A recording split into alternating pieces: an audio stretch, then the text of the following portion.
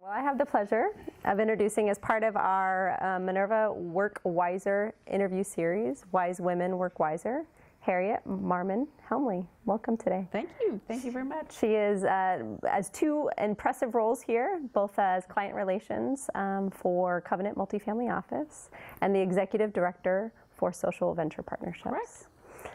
So thank you so much for agreeing to be here today. We really appreciate it. I'm happy to be here, Catherine. So to start, as we were talking about earlier, just really interested in your story. You know, a lot of the driving reason that we're trying to do this interview series is not only to identify stories that employees can relate to, but really finding those opportunities for individuals that are starting to enter the workforce or are trying to advance in their own career trajectory, what they can do, and pulling from other amazing people that have been there and done that. What were those experiences for them? So for you, starting where you want, tell us what your career has been. Well, I would say that going back to my University of Texas days, majoring in home economics, because women were not really allowed to major in business. There were like 3 career opportunities for women back in the late 60s, and that was retailing, teaching, or bookkeeping. And so I stuck with the retailing. I guess the 4th one would be your MRS degree, which I didn't obtain by the time I left the University of Texas, so that's all right. Didn't get that one for quite a while later, and that's fine. But those were really what was open to women at the time. And even if you started out in any of those careers, for the most part, you were never paid the same as a man. The guys made $250 a month more than the women, doing the exact same thing in retailing, the executive training program. The rationale was, well, they are supporting families and women are not. In our case, we had most of the women were single moms and the guys were all single. So, but that was okay. That was just what happened. That's what you did at the time. And you knew that going in. You knew that you were not going to be paid the same. There were a lot of other inequities, but we gradually worked through an awful lot of those. Not perfect still, but we're getting there. And so it's a long road. It is. So not really knowing what I was getting into with the retailing side of it, I thought, wow, this is what I want to do. I want to go to New York. I want to buy clothes. I want to do all this fun stuff. And then I got a taste of the really seedy side of retailing back then, where you had to negotiate for good delivery dates. You had to negotiate for good terms. And when I say negotiate, I'm using the term loosely. There were favors that certain people expected of you. Understood. And that just blew my mind. I mean, you know, I could understand the weird questions when we got hired, you know, like, when do you want to have babies? I could understand, because it was acceptable to pay men differently from women. But this was a little more than I bargained for. And so I had to make a decision. Do I just get out of retailing? And if so, what do I do? And fortunately, I was fairly good at math. And the controller, the chief financial officer of the store at the time, convinced me to go work in the number side. He says, if you work on the accounting side, there's a whole different set of ethics for accountants. And I'm looking at this guy going, yeah, sure. But actually, there was. In fact, the more I got into the accounting, the CPA field, I realized that there was pretty much a different standard over as an accountant, especially if you went into the public accounting side, which by that time was beginning to open up for women quite a bit. So I eventually got out of the retail side, but it gave me a good enough background in accounting that I could then go to work for a public accounting firm. So was this transition within the same company, that first move, kind of having that advocate? The first move was within the same company. I see. And then I went to work for Sakowitz in Houston. I had been working for Joski's, which was an Allied store at the time. And I think that's probably Macy's, the equivalent of Macy's now. But I went to work for Sakowitz in Houston as their accounting manager. And that was pretty cool since I majored in home economics. Of course, I didn't tell them that. They said, can you do the job? And I said, absolutely. Yes, I can. And I think that's one thing that whether you're male or female, you have to have confidence that you can do the job. And you have to have the confidence that you can go in and convince somebody that you have the confidence. Communicate that. Right. You have to be able to communicate that without even hesitating. And I did. Then I got into the job and I went, oh boy. Fortunately, I had some great role models, and I had some good mentors that really helped me learn the profession from the ground floor up. And that allowed me to pass the CPA exam without any hours in accounting. So then I went back to school at UTSA when I was going through a period of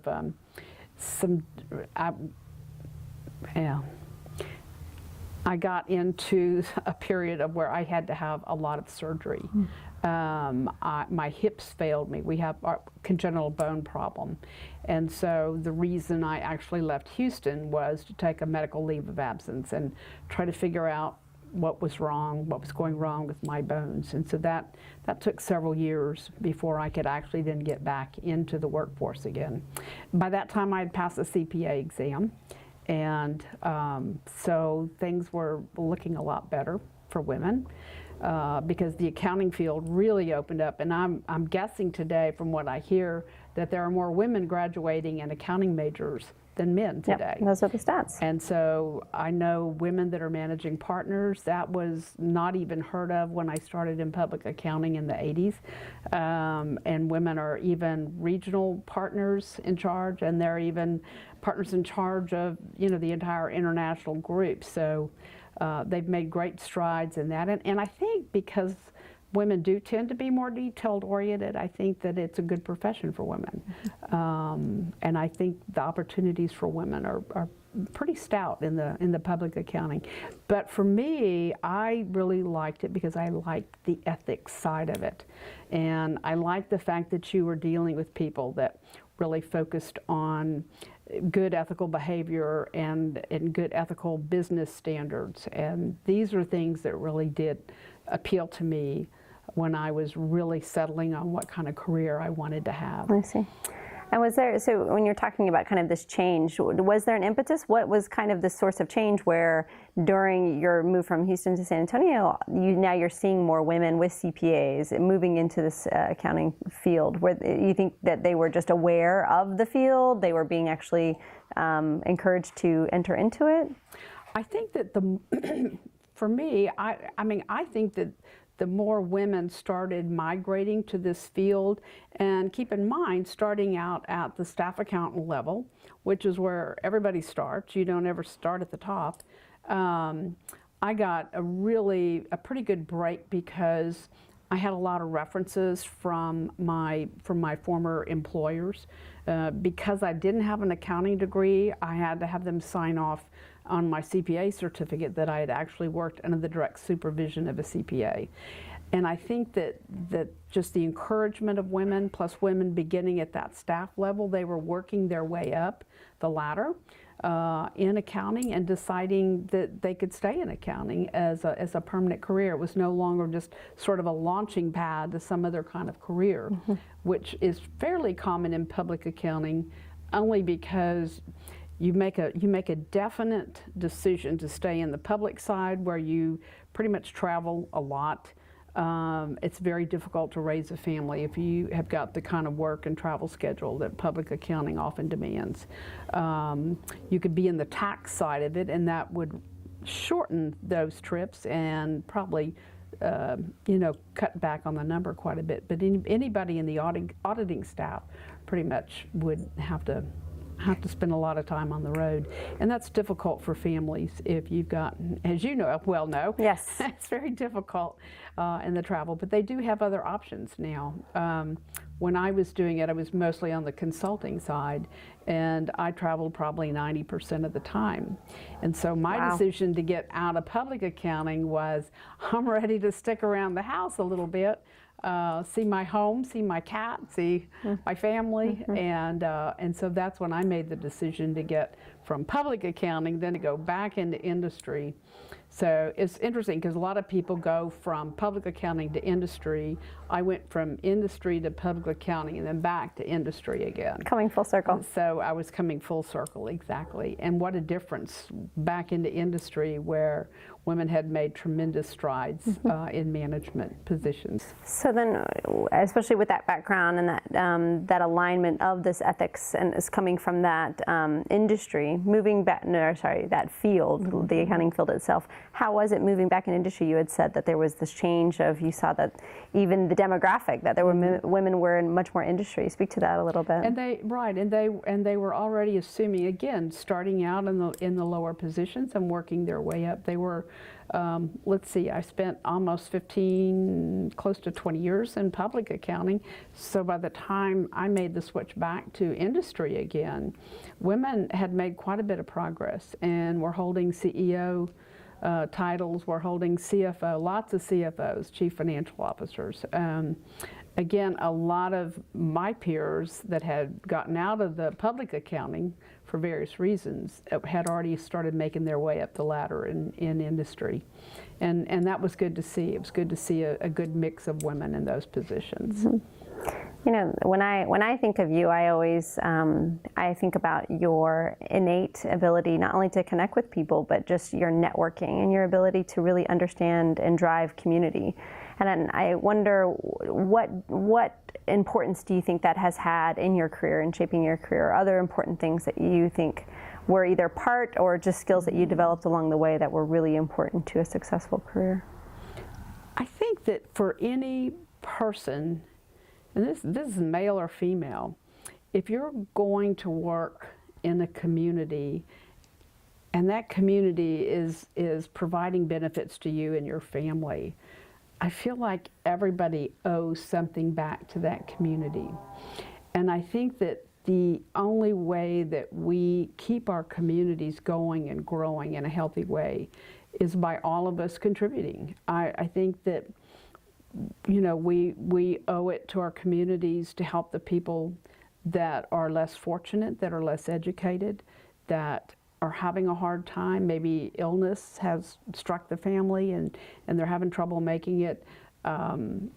Maybe the kids did not have the advantage of the kind of education that I had. So I think it's important for us to ensure that all children get an adequate education. And not just adequate, but something that's going to provide a living wage for them. When you think of your own career, how much weight would you put towards your community efforts? And I know you have started numerous nonprofit efforts and you're leading the social venture partnership. But do you view your career not just as your paid job that you're you know, not only getting the benefit from, but putting your time and effort on that technical side? Absolutely, absolutely. That's what I believe, is that all of us, not just me, all of us, if we're going to work and work hard in our community, part of that is to give back to the community, and that's the only way we're gonna make it, is to have everybody pitch in.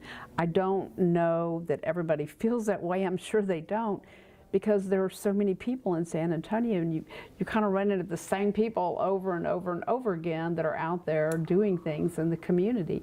But we've got to get that message out to more people and encourage them. It's easy in San Antonio to sign up to do something. You can go to the Chamber of Commerce. You can go to your profession, like the CPA profession. You know, I was involved early on with the local CPA chapter. My first interaction with the community was with the Greater Chamber of Commerce and working on some committees at the Chamber. And that's when you start building your network of friends and coworkers and future employers. I can easily say that of all the people in my circle today, somehow or another, they either started with the CPA Society or the Greater Chamber. One of those professional groups has the network of people that I've met over the years. They're all intertwined, and they just keep intertwining. And so whether it's looking to your future and thinking, where might I want to see my future go, my career go, or where do I maybe even, we have a trend now in San Antonio where a lot of people like Kenny Wilson, who is the head of Bank of America, is now the CEO at Haven for Hope. So you look at people that instead of retiring, they're taking on either additional roles or taking on a nonprofit role. And we have so many people like that in our community that are engaged in nonprofit roles that came out of the workforce, that came out of the private sector. And so it's really kind of interesting to see sort of the end of your career. It's not like it used to be where, I mean, I can remember my dad retired, you know, my grandparents are retired. And they used to retire at 55, 60, and now, I mean, 70, and you're starting a new career. It's just unbelievable. But the thing is, you've learned so much over those years in your job, in your profession, and why not give that back to a nonprofit? Why not just keep it going, or paying it forward, Sure. however you want to describe that. But I think we all owe that to our community for giving us the opportunity to work in a wonderful community where it's so supportive of our various businesses. I think it's just something that we all have to do. So I want to jump back to some of your experience too, reflecting back. Were there any specific barriers or issues that you felt that you had to essentially take on those challenges that were really impactful along your career path? Well, we were talking earlier, and I can remember one specific incident, and this is when I was at Sakowitz. And I remember getting really angry with my boss. And I just burst into tears. And he gets up and he slams the door and he says, "Never, ever, ever cry. Women should never, ever, ever cry." And you know, to this day, I don't cry. I cry, but I'm not going to cry in front of a boss, or I'm not going to cry in front of employees. He just made a real point of that, and he said, if you want to be treated the same as a man, he said, men don't cry. And so you need to really think about this. And if you're going to want to be treated like a man, then you better act like a man. And so I don't think that you have to take it quite that far to act like a man, and I never have. I always felt like women had really a lot of advantages because, as I said earlier, I think we're very detailed oriented. I think we are more intuitive.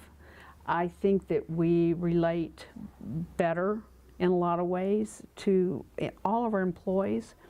I think there's a lot of traits that women have that make us better managers. You know, to that point, even so in this generation, you know, the millennials that are entering the workforce, would you tell them the same thing about the whole crying thing? Do you think that would be more socially acceptable, that the recognition between men and women are a little more accepted in the workplace?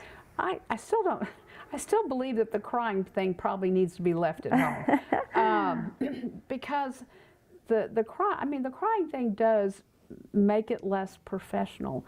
I think you need to learn how to articulate those differences, and I think if you are upset enough to cry about something, then a couple of things. One, I think you ought to walk away and calm down, which is what I do. I've learned actually through marriage that if I'm going to be that angry, I need to walk in the other room. Otherwise, I might say something that I really don't want to say, and once you say it, you can't really take it back.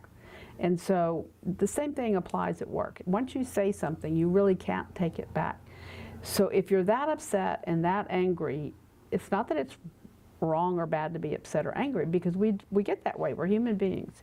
But walk away, calm down, collect your thoughts, and when you're able to sit down and articulate those thoughts, whether you're a male or a female, it doesn't make any difference. Your boss is going to relate a whole lot better and accept it a whole lot better if you can sit down and present logical facts versus emotions. And that just goes for all of us. But I think it's important to know that if you really want to get ahead in the world, it's going to take work. It's going to take a lot of work. it was interesting. I was listening to a newscast on the way over here, and they were interviewing Barack Obama. And I don't know exactly what he was referring to, but they were talking about elections in general, I think. And he said that when he was talking about when he ran for office, and he was talking about the amount of work that he put into it, and the town hall meetings, and the coffee shops, and all the places that you had to go, and all the people that you had to reach out to. And the point that he was making is said that it's hard. It's a lot of work. And if you don't want to put in that kind of work, then don't expect to get to be president of the United States.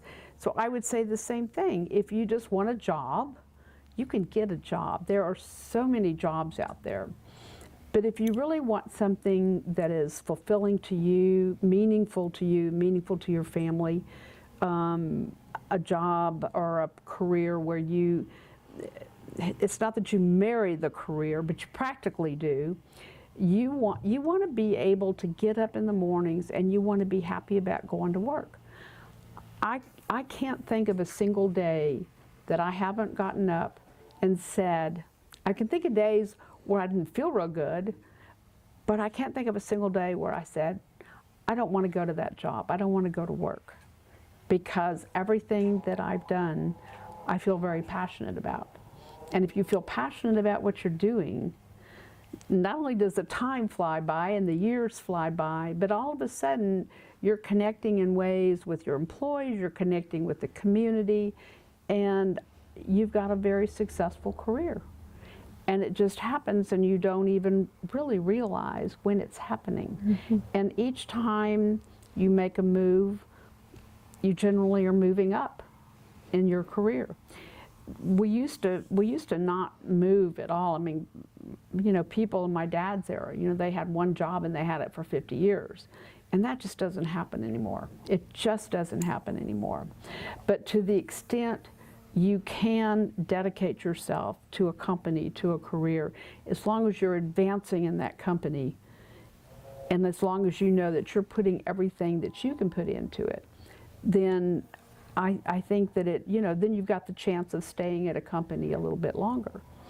And I think companies owe it to their employees to look at them the same way. If you want to keep your turnover down and you really have a valuable employee, treat them like they're valuable, and you will get the response back that you want. That reciprocation, yeah. I love what you're saying, because it was actually going to be one of my questions, this concept of level of effort and work. And you've made it very clear, which I agree with wholeheartedly. I think there's sometimes an expectation, and entitlement might be the word, but also just that they didn't realize it was going to be so much work. Mm-hmm. But I have found, at least in my experiences, that anything that's worth anything usually is very hard and hard to work for, and it requires an enormous amount of commitment to actually see it through. That's right.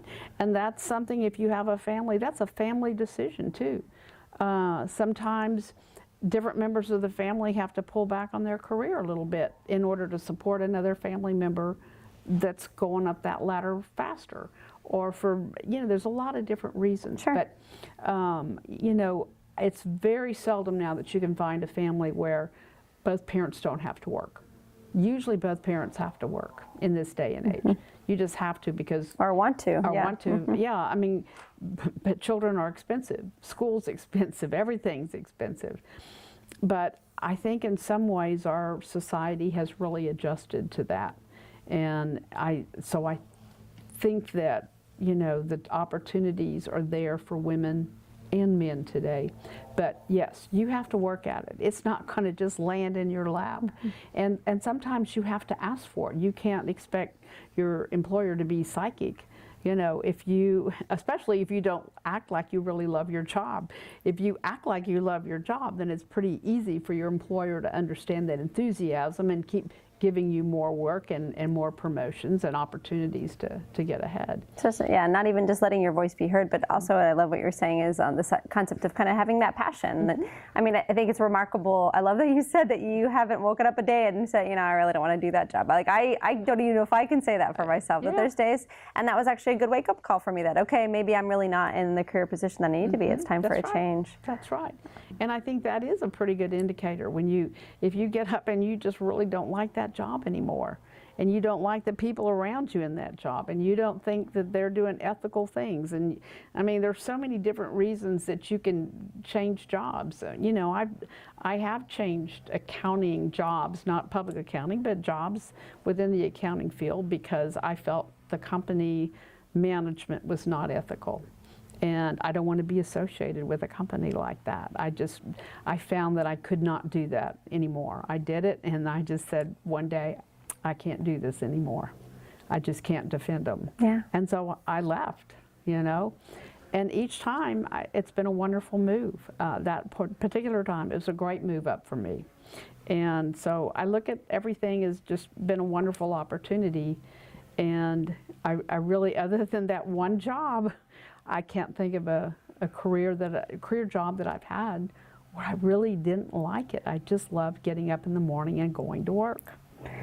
So you've touched on this idea of commitment and level of effort and this piece of kind of passion, having that passion for your position, and also this feeling of making sure that your work aligns with your actual values, what you believe not only about your life and this giving back to the community piece.